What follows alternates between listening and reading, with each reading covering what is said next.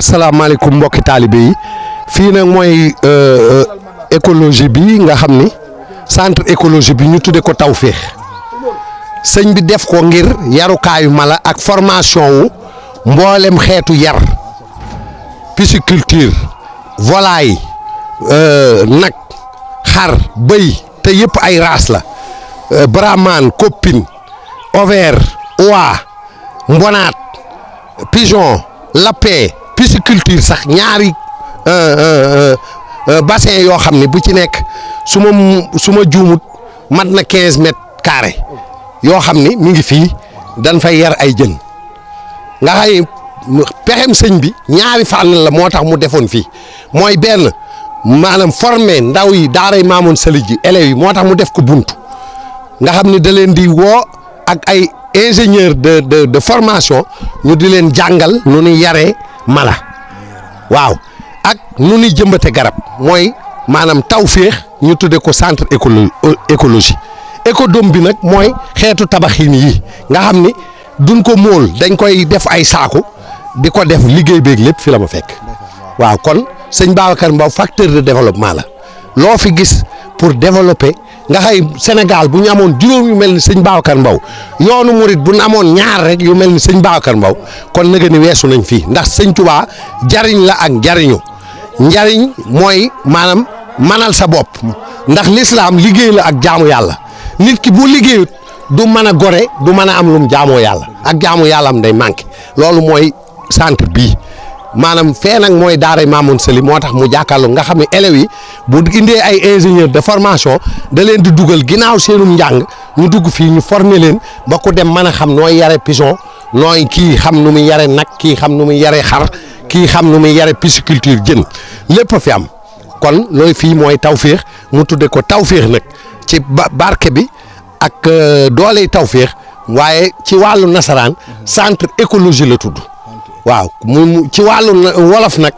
ak langu Baye Fall nga xam ne Baye Fall mooy wolof moo tax mu ni Tawfekh kon yàlla nañu sëñ bi defal Tawfekh ci dooley sëñ Babacar Mbow Sadex Ba liggéey na wàcc na am na ngërëm yàlla na yàlla taas ci barkeem nu bokk ak moom ngërëm yi di ziare bu baax jàmbaaram jëm fi bàyyi muy sëñ Cheikhouna Mbow formé na ko yar na ko aar na ko yiir na ko jàngal na ko mu oof ay rakam yëpp continuer liggéey ba mu yegg nu ànd koog moom tey Baye Fall yëpp bég murit tey bisu mbégte la bisu cant la sant nañ ñëpp salaatu wa salaam ala rasulillah. asalaamaaleykum maa ngi tudd Moussa Fall di liggéey fii ci ONG des villageois de Ndem en tant que responsable suivi évaluation tey nag dañ leen a bëgg a xamaleek fii nga xam ne fii lañ nekk tey muy la ferme école de Tawfekh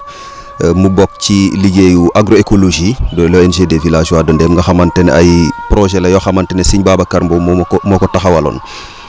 mu nekk loo xam ne dafa ñëw fekk si liggéeyu Mbàkke Kajoor bi muy dundalaat bërëb bi nga xam ne liggéey bi nag niñ ko defee mooy dañu am ay ferme maanaam ay tool yoo xam ne fa la ñuy béyee maanaam nit ñi fi nga xam ne ñoom ñoo dëkk biir Mbàkke Kajoor foofu la ñuy daanee seen doole pour mën a am koom pour mën a yóbbu seen kër mu nekk ay tool juróomi tool yoo xam ne ñu ngi ci maintenant fii nga xam ne moom mooy ferme Tawfekh dafa am particularité bu mu am parce que projet agroécologie bu Sëñ Babacar Mbow bi mu ko taxawalee def fa mu ñu waxee agroécologie muy mbéy mu sell bu mucc ay boo xam ne du am benn tooke nga xam ne suñ maam yi noonu lañ daan béyee loolu lañ mës a xam léegi nag dañuy dox di dem ba àdduna soppeeku nit ñi indiwaat beneen xeetu mbéy boo xamante ne day yàq suuf baaxul ci santé nit ñi ci wérgu yaramu nit ñi dafa xaw a toxique ñu dem ba bëgg a dellu siwaat ci ni nga xam ne noonu la maam yi daan béyee loolu nag dafa am loo xamante ne xëy na raw nañu ci wàllu xam-xam nañ daan béyee ñëpp réew yëpp mabaat pour demaat ci ginnaaw dem jéem a béy ni nga xam ne noonu la suñu maam yi daan béyee donc kon dafay laaj ñu gestuwaat xamaat nga xamante ne tey jii ni université yëpp dañ koy jàngale muy agroécologie maintenant fii amul frontière li tax amul frontière mooy que ne ñëpp a ba war a mën a béyewaat delluwaat ca na maam yi daan béyee ba duñ yàq suñu suuf si ba coppiteeku jaww ji du ci am njeexintal donc fokk ñu former jiwaat ñooñu nag xëy na am na ñoo xamante ne amuñu sens su dem université wala ñi nga xamante ne ñoom la ñuy liggéeyal ci biir tool yi xëy na mënuñoo delluwaat ci biir université donc ferme Tawfekh moom dafa ñëw pour nekk lieu boo xamante ne ñi nga xam ne dañoo bëgg a delluwaat ca mbéyu maam ya fa la ñuy jàngi si waatee xam-xam donc comme ñu ngi ko tuppantale mooy ferme école ferme boo xam ne dañ fay jàngee boo xoolee ni mu bindoo nag di nga fi fekk lépp li nga xamante ne dañ koy liggéey ci tool yi muy wàllum élevage muy càmm muy wàllu agriculture muy mbéy muy wàllu production de semence muy wàllu arboriculture yooyu yëpp ñu tënk ko fii ci biir ferme yi nga xamante ne xale yi nga xamante ne amuñu bëgg nañu jàng mbéy moo xam ci biir ay Baay Faal lañ wala nekkuñu ay Baay Faal te bëgg a gëstuwaat xam-xamu mbéy dañ leen di indi fii ci ferme bi nga xamante ne ferme bu ndaw la ñu jàngal leen fi am na salle de formation bi am na périmètre d'expérimentation yi foofu lañ leen di jàngal leen ba ñu mokkal bu ñu mokkalee mën a dellu ca tool ya fekk fa soxna yi fekk góor yàlla yi nga xam ne ñoom ñoo nekk ci toolu yaatu yi pour mën leen a wonale xam-xam boobu donc ferme bi noonu la bindoo ñu fiy def élevage jàngale fi élevage jàngale fi nu ñuy béyee mais aussi jàngale fi nuñ lan la ñuy produire ay jiw nan la ñuy defaree jiw parce que dem nañ ba gis ne jiw dañ lu ci ëpp dañ koy jënd léegi te jiw boobu boo ko jëndee te li ci ëpp ci bitim réew lañ koy defaree boo ko indee fii yenn saa yi day xaw a am jafe-jafe pour adapté wu ñun ñii am nañ ci ay expérience yoo xamante ne ay expérience malheureuse yu tax ñu jàpp ne war nañoo dem jéem a fexe ba produiraat suñuy jiw bopp donc gis ngeen case de semence bi fa nga xamante ne foofu la ñuy denc jiw yi nga xam ne defar nañ ko fi ba pare pour mën koo yóbbu ci tool yi mën koo yaatal foofu fii nag dafa nekk aussi benn continuité boo xamante ne bu ngeen xoolee fii ñu jàkkaarloo muy Daara Maam Mor Anta Sali mu nekk loo xam ne day ñëw complété si Tawfekh mu nekk en construction ñu commencé ko di ci woo ñëpp ñu ñëw jàpp ci liggéey bi nga xam ne foofu aussi internat lay doon foo xamante ne xale képp koo xam ne da ngaa bëgg a jàng xam-xam moo xam xam-xamu mbéy la xam-xamu artisanat loo xam ne métier la foofu lañ koy xel di jàngalee fii nag Tawfekh war a doon centre d'expérimentation bi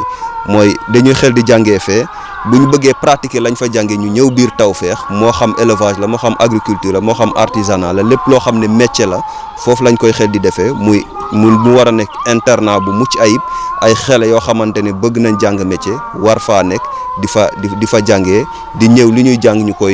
koy pratiquer fii ci ferme Tawfekh donc pour tënk daal ferme école Tawfekh mooy bërëb bi nga xamante ne xam-xam yu bees yi nga xam ne dañ koo bëgg a dugal ci mbéy mi fii lañ koy xel di jàngee buñ ko jàngalee xale yi ba ñu mokkal ko muy mbéy muy càmm muy jiwu buñ paree ñu mën a dellu ca tool ya yaatal ko ak soxna yi ak góor yàlla yi mais aussi ñoom ñi nga xamante ne xëy na war nañoo mën a yor seen toolu bopp pour participer ci développement dëkk bi. ginnaaw bi ñu jógee fee ci toolu Tawfekh muy tool fi nga xam ne fa la ñuy jàngalee wàllu mbéy mu sell muy agroécologie ñu ngi fii ci toolu Guy Mbind mu bokk ci juróom mbenni tool yi nga xam ne Sëñ Babacar Mbow taxawaloon nañ ko diggante Mbàkke Kajoor ak Ndéem comme niñ ko waxee sànq ci ferme Tawfekh bi mooy tool fi nga xamante fa la ñuy jàngalee mbéy mi buñ fa jàngee mbéy ba pare fii la ñuy ñëw appliquer ko fii mu nekk ci toolu 8 hectares actuellement ci ndax problème mu ndox yu mel noonu ñuy exploiter 2 hectares ci maraîchage ak 1 hectare ci wàllum